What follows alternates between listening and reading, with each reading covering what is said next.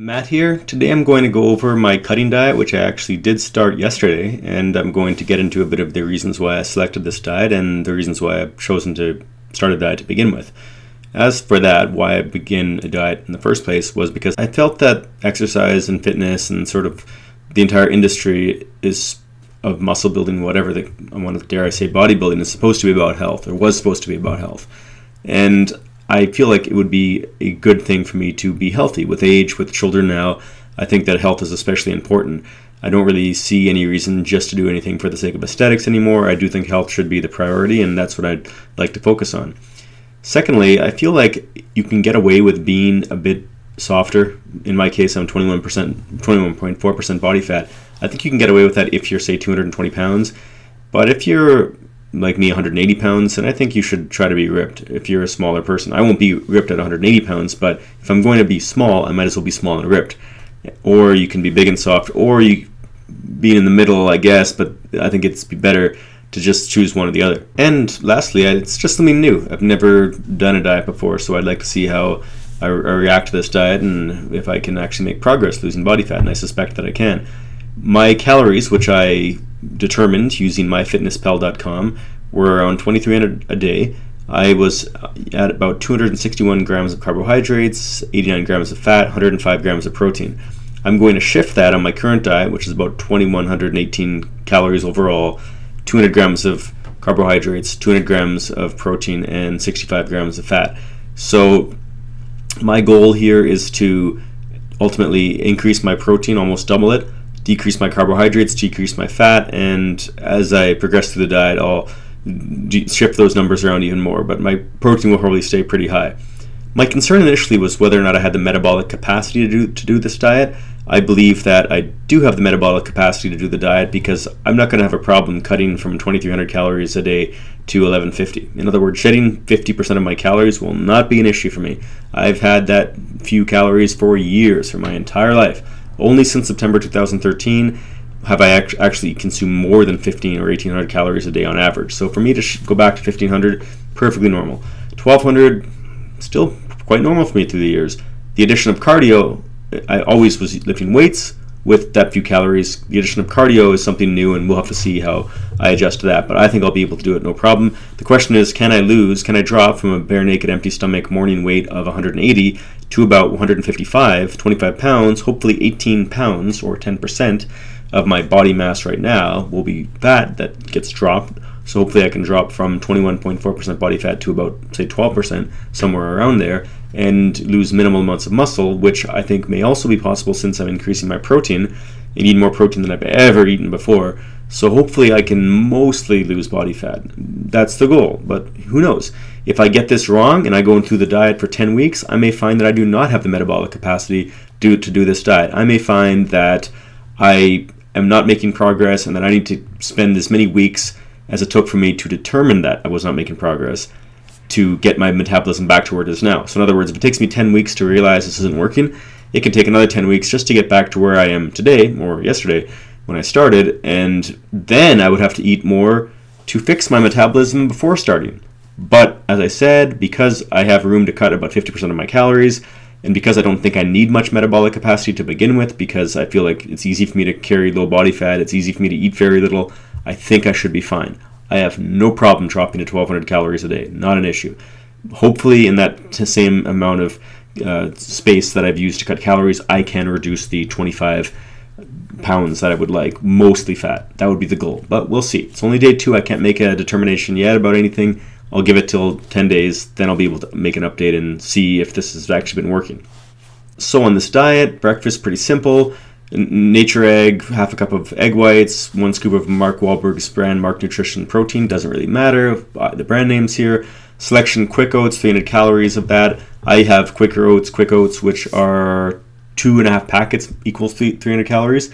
So I don't really care what the brand names are, providing that I hit these numbers. Peanut butter, reduced sodium. I happen to have Kraft, but again, doesn't matter. Providing that the tablespoon has about 100 calories. In this case, it's 101 is on this figure. 4 grams of carbohydrates, 8 grams of fat, 4 grams of protein. Providing that I hit those numbers, that's the important thing. Doesn't really matter the brand name. Lunch, 300 grams of chicken breast, raw, 300 grams, basically 1 large breast. I have minute rice and I have Uncle Ben's brown rice. Both are brown rice. Again, it doesn't really matter providing that I hit those numbers. Butter, salted 1 teaspoon. I use that to cook the chicken. Dinner is clover leaf, flake light tuna, skipjack, and water. 1 can, 50 almonds, which is about 50 grams, basically, a gram an almond, effectively. I bought those at Walmart. The chicken breast was also Walmart's Great Value brand, unseasoned.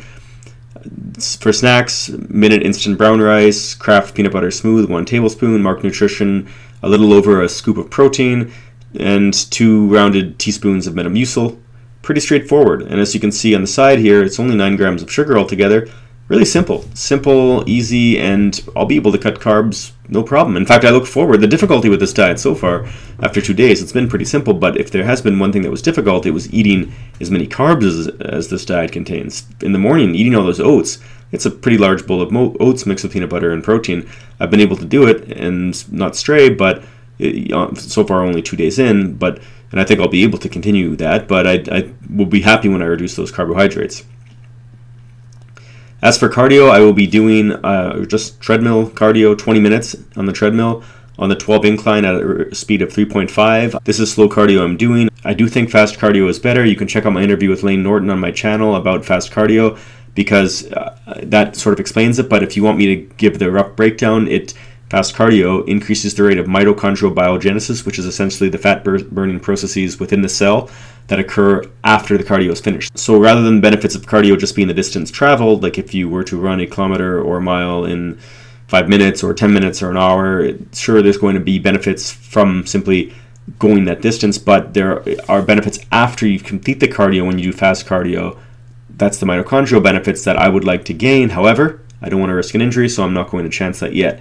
But right now, 4 days at 20 minutes per session, or I might do 25 minutes for now, because I might only be able to get to the gym 4 days a week. I'm unlikely to be there 5 days. It'll be an hour of weight training and 20 minutes of cardio most likely, but it might be 25, because I don't really think I'm going to be able to get there for a 5th standalone cardio session. Probably an hour of weights and 25 minutes of cardio. So that's what I look like at 21.4% body fat, effectively right there. That's roughly my physique at the current time. That's my back double biceps shot. That's basically 20% or 21.4% body fat.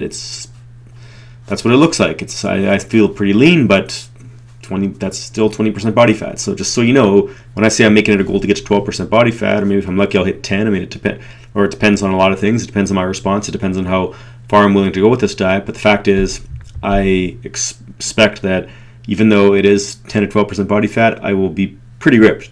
12% body fat is pretty ripped. Don't be confused. 20% body fat is by no means fat. 10% body fat is extremely lean. So I've neglected legs over the years. Having said that, my max squat in contest was 340 below parallel with knee wraps, and in training leading up to that contest, 360 and well below parallel with knee wraps. So my quads in terms of strength are okay, but I've ignored quads and hamstrings over the years. I probably hit 1 workout a month for legs, maybe 2. I don't think more than 2. Possibly as much, possibly averaging 2, but for sure 1, maybe 2, not 4. Not every week as I should. As for the calves, well, they were 14 inches when I started. Now they're 14.6 inches. That's close or around where they were when they started. I mean, I remember them being about around 14 or so inches. I know they're 14.6 inches now in this picture, so I may have put on a little bit of size in the calves, but I've just never trained calves. So maybe with an increase in protein and starting to train calves and legs in general more often, I may make some increases in muscularity. As I get lean, I'm going to look bigger, because that's the nature of being lean. When you get lean, your muscles will show more, and it's an illusion. Even though you're smaller, you'll look bigger. But hopefully with the added protein, I'll be able to preserve more muscle than the average person could expect going on a diet, because my protein was so low before. It was pretty much so suppressed that it will, by going from 105 grams at the most really to 200 grams of protein per day, I think that I'll be able to preserve more muscle than most as I go through this diet. And because I've never trained calves before, if I start, I might be able to preserve the muscle that's in my calves, or maybe even gain some. But because my protein was so suppressed, and because I did skip certain elements of training, such as calves, we'll see how that goes. Anyway, that is my start on this diet. I would love to hear your opinions on this, comments about it, or any way that I can maybe improve this a little bit. Constructive discussion would be excellent, because this is pretty new to me. And I'd love to hear from you, and I will be making updates, and hopefully on day 10 I can make an update, and then day 30, and then go from there.